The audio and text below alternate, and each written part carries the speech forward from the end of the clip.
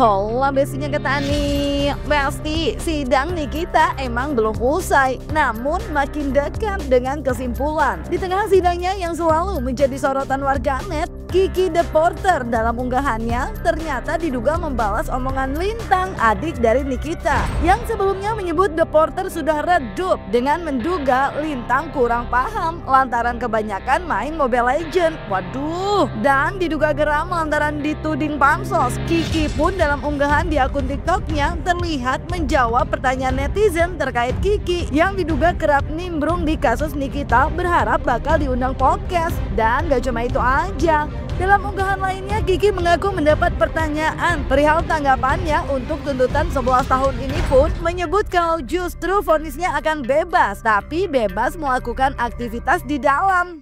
Kiki aja lah, Kiki lah, gak usah kita sebutin The Potters nih, karena The Potters udah redup, udah jauh banget. Ya, saya kasih paham buat kamu. Mungkin kamu kebanyakan main Mobile Legends atau kebanyakan main saya nggak paham. Itu tandanya kamu nggak ngerti industri musik, ya. Satu. Kedua, kamu tidak pernah ngomong pakai data, asal jeplak, ya kan?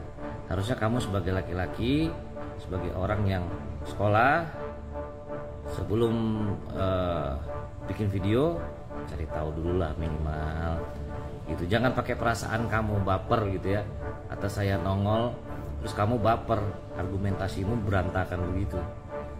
Kamu kan laki-laki, jadi bukan berusaha untuk nyenggol.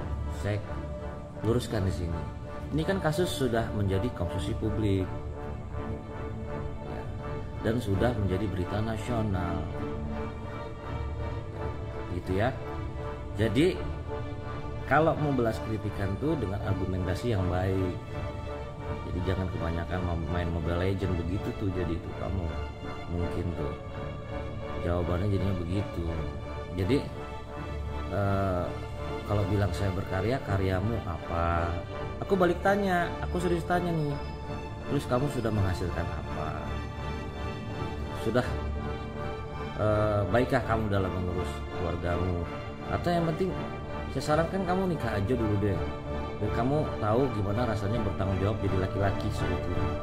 Laki-laki itu kan pengganti bapak ibu ya. Kalau bapak ibu sudah nggak ada, berarti anak laki-laki lah, membela keluarga gitu kan. Nah, bertanggung jawab aja sama dirimu sendiri dan keluargamu. Itu aja dari saya. Sukses ya. Nimbrung terus, ntar pasti diundang di podcast berharap. Ya sejujurnya sih aku memang pengen diundang di podcast. Aku nggak tahu caranya gimana diundang podcast. Soalnya aku tuh gimana ya, aku kan orang awam, jadi aku nggak ngerti undang-undang podcast tuh gimana. Nah, aku tahu undang-undang dasar 1945.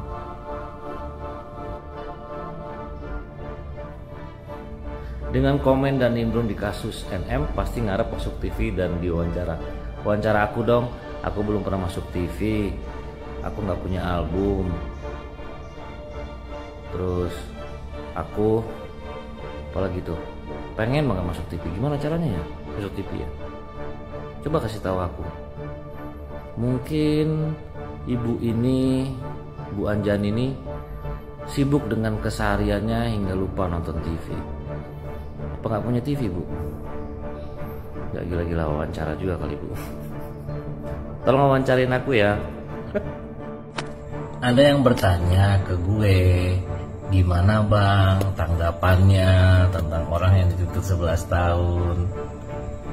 Jangan buru-buru ambil kesimpulan, itu kan tergantung hakim.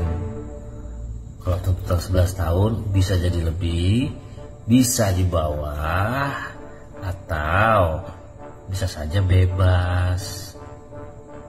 Kalau menurut gue ya, kalau menurut gue gimana? Ya bisa saja bebas melakukan aktivitas di dalam tahanan.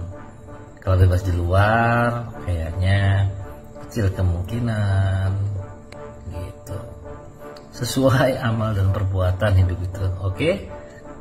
Bisa tanggapan enggak? Menyebut dirinya mendapatkan informasi dari A1, Kiki The Porter dalam salah satu unggahan di akun TikToknya menyebut kalau Nikita dulunya diduga sempat bekerja dengan agent yang diduga sebagai mata-mata dan hanya dimanfaatkan aja cenah. Dan penyebutan nama wanita Amazon diduga Kiki lantaran dulunya diduga Nikita ada yang melindungi, namun tidak lagi untuk sekarang lantaran yang melindungi Niki sudah tersingkir katanya. Nah, hal tersebut diyakini oleh Kiki benar adanya lantaran ia kembali menyebut kalau info yang ia dapatkan dari A1 cenah Besti, hingga ia pun berpesan pada para lawan Nikita untuk tahan mental aja dan lanjutkan aja kalau memang merasa benar katanya Besti. Dan buat para lawannya termasuk yang ngelaporin ini orang huru-hara, memang kalian harus kuat mental karena pasti bala-bala buzzer dan propagandanya akan terus menyerang. Kenapa? Sifat aslinya adalah pendendam. Dia nggak pernah introspeksi dari kesalahan. Yang ada itu dia merasa terzolimi, padahal dia yang menzolimi orang lain. Dia nggak mau introspeksi kesalahan dia itu apa, nggak akan, jangan pernah harap. Karena orang ini ya bisa diduga bipolar gitu kan. Dan bahkan di tahun-tahun sebelumnya kalau kalian mengaitkan dia ini siapa, dia ini pernah juga bekerja untuk salah satu ya bisa diduga, gue dapat informasinya A1 tapi untuk agent gitu ya, agent untuk apa ya, bisa gue bilang untuk agent lah, mata-mata lah. Nah dari situ dia mendapat keuntungan pribadi. Nah itu di masa lalu ya. Kenapa kalian dia bilang langsung mengirkakan dirinya wanita Amazon, aset negara. Ya karena ada oknum yang melindungi. Itu A1 dulu, tapi sekarang udah nggak ada. Dan zaman pemerintahannya juga udah beda. Oknum-oknum tersebut udah tersingkir, udah nggak mau ya, jadi udah nggak ada yang belain gitu kan.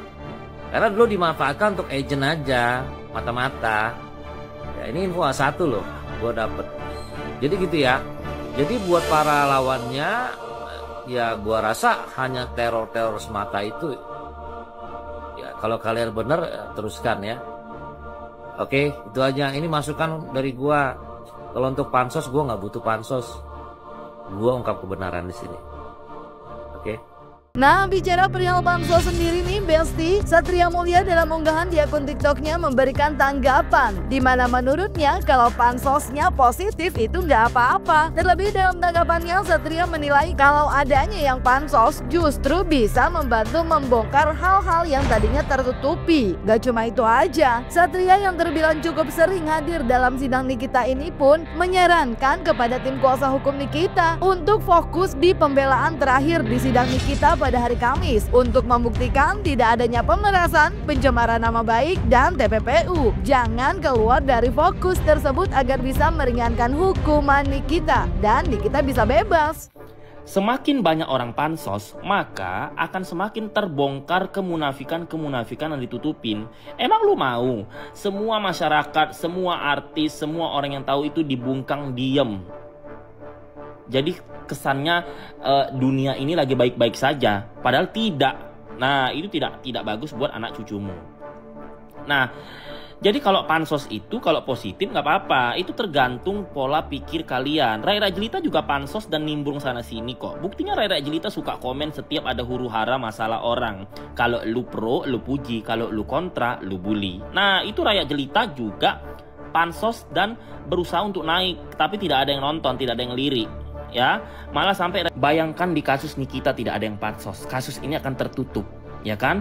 Keadilan tidak akan terbongkar. Contoh, dengan adanya pansos di kasus Nikita ini, kalau ada yang diskriminasi Nikita dengan banyak yang pansos, itu akan dibongkar.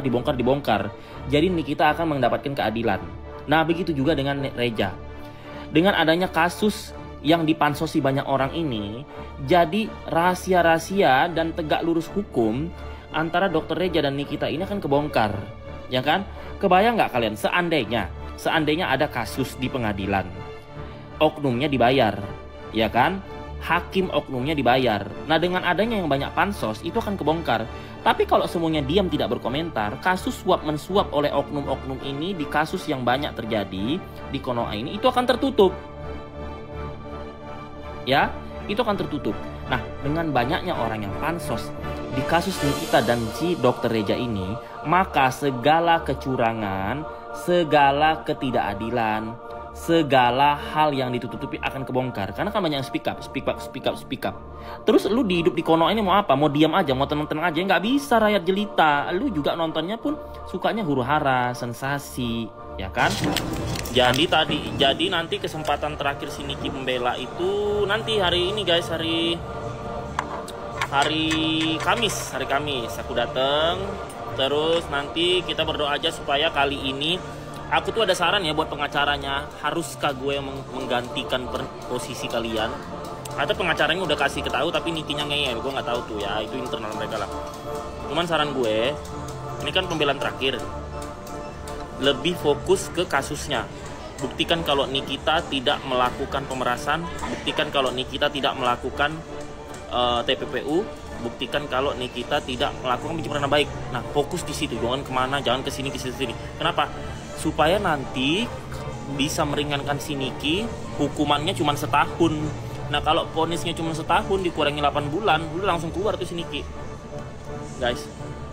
Ya. Nah, bicara soal tim kuasa hukum Nikita dan juga perpansosan Besti serta pengungkapan, Zanza Bella yang sebelumnya dalam video yang beredar di sosial media ngaku nggak mau bahas Nikita lagi karena nggak FYP ini pun terlihat men-stitch video wawancara tim kuasa hukum Nikita yang tengah wawancara dengan awak media perihal upaya untuk mengirim surat kepada presiden terkait kasus Nikita. Dan dalam stitch videonya, Zanza Bella pun jadi mempertanyakan kontribusi Nikita di negara ini apa katanya. Nah, di sisi lain Maria Lauta dalam unggahan video di akun TikToknya terlihat mengingatkan kembali tentang video yang pernah ia buat di mana ia menduga kasus Nikita seperti MLM, di mana yang utamanya adalah kasus Nikita dan di bawahnya ada 2 geng yang sibuk bikin laporan yang menurut Maria yang dilaporkan sebenarnya nggak perlu dilaporin. Nggak henti sampai situ aja, Maria Lauta yang kerap mengikuti perkembangan kasus Nikita ini pun terlihat menanggapi terkait replik JPU yang menyebut Nikita dimanja oleh tim PH-nya, serta terkait Reza Gladys yang tidak meminta tolong pada Mail pun diduga membuat Maria Lauta heran hingga memberikan tanggapannya. Kalau kita akan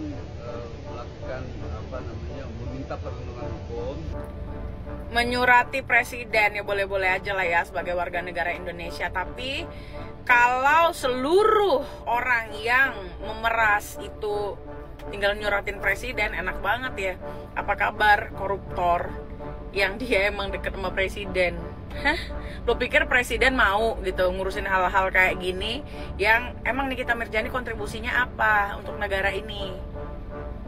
Hah? Selain menghina-hina sobat bansos, selain menghina-hina orang, apa?